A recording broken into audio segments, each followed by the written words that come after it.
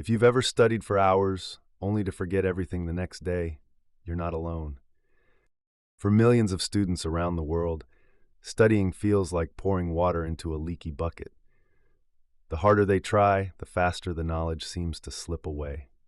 But in Japan, a different approach to learning and memory has been quietly practiced for generations, one that focuses not on cramming harder, but studying smarter. And in Japan, they sharpen it with purpose, precision, and patience. It's not about being born with a better brain. It's about making the most of the one you've got. In this video, we'll explore how Japanese students approach learning, how they train their memory like a muscle, and what we can all learn from their techniques. Whether you're a student, a professional, or just someone who wants to stop forgetting everything you read. Because if they can do it, so can you. Section 1. Memory is built, not born. Let's clear up a myth right away. Memory isn't something you're just born with. It's something you build. Around the world, people treat memory like a lottery. You either got lucky or you didn't. But in Japan, there's a very different belief: memory as a skill. Students there don't wait for inspiration or rely on natural talent. Instead, they use time-tested techniques, regular review, and focused practice to make learning stick. Take Akira Haraguchi. He memorized over 1 lakh digits of pi, a world record. His achievement wasn't the result of a photographic memory. It was the result of discipline, strategy, and patience. This mindset, that memory is trainable, is baked into the Japanese learning culture. Section 2. Active recall, the samurai way to remember. One of the biggest differences in how Japanese students learn, they don't just reread, they recall. In many places, studying means underlining, rereading, or watching the same video over and over. It feels productive, but it's passive, and passive doesn't stick. But in Japan, students are trained to retrieve information from memory without looking. It's called active recall. After reading a chapter, they don't read it again.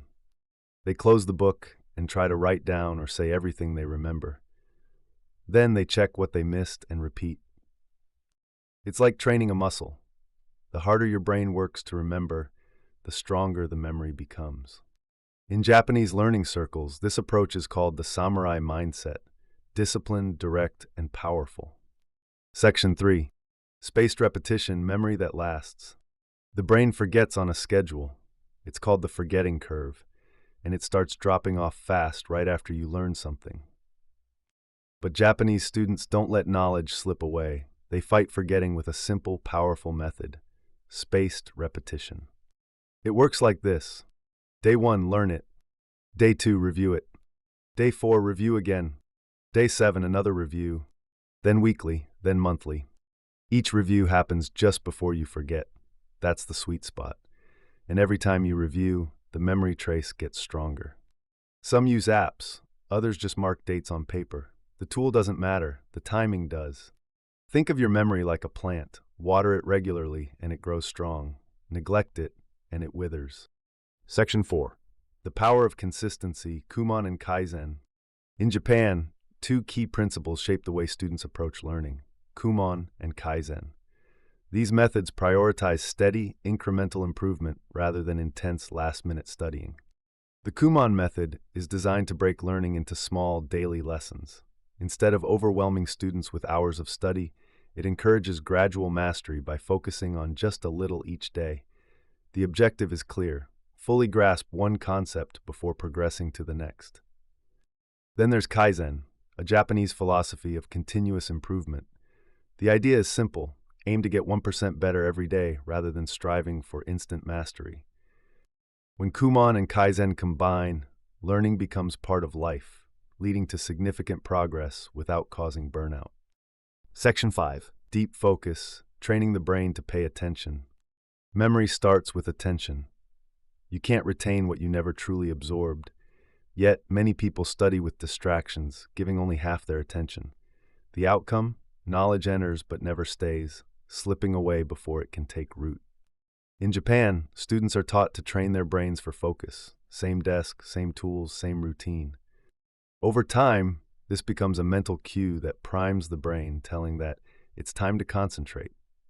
A key concept behind this practice is shu, The idea is creating an environment, both mental and physical, where full attention is possible, removing distractions and inviting focus. This kind of immersive focus allows students to deeply encode what they learn. They're not just reading, they're absorbing. Section 6. Visualization, turning words into mental pictures.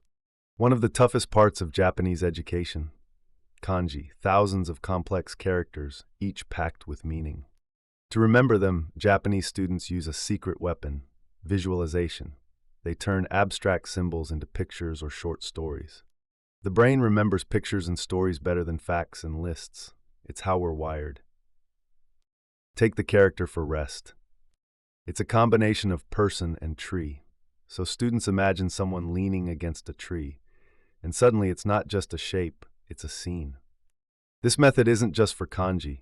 It works for numbers, names, and even abstract ideas.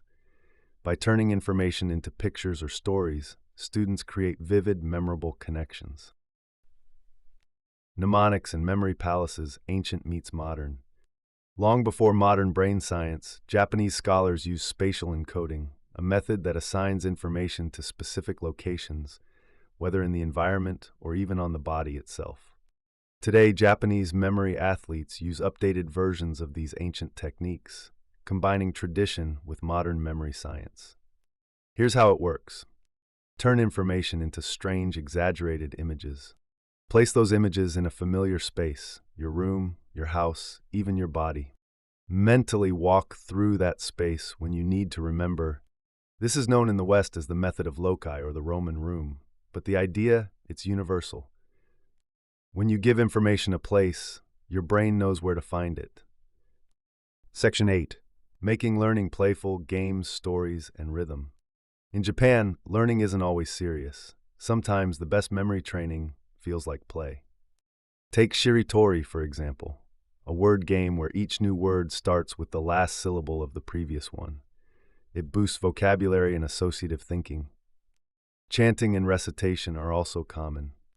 Whether it's ancient poems or multiplication tables, the rhythm locks it in, making recall effortless. And then there's storytelling. Japanese students are encouraged to turn dry facts into vivid, personal narratives. A list of dates becomes a journey. A science lesson becomes an adventure. By integrating these techniques, learning feels like play. The brain doesn't resist.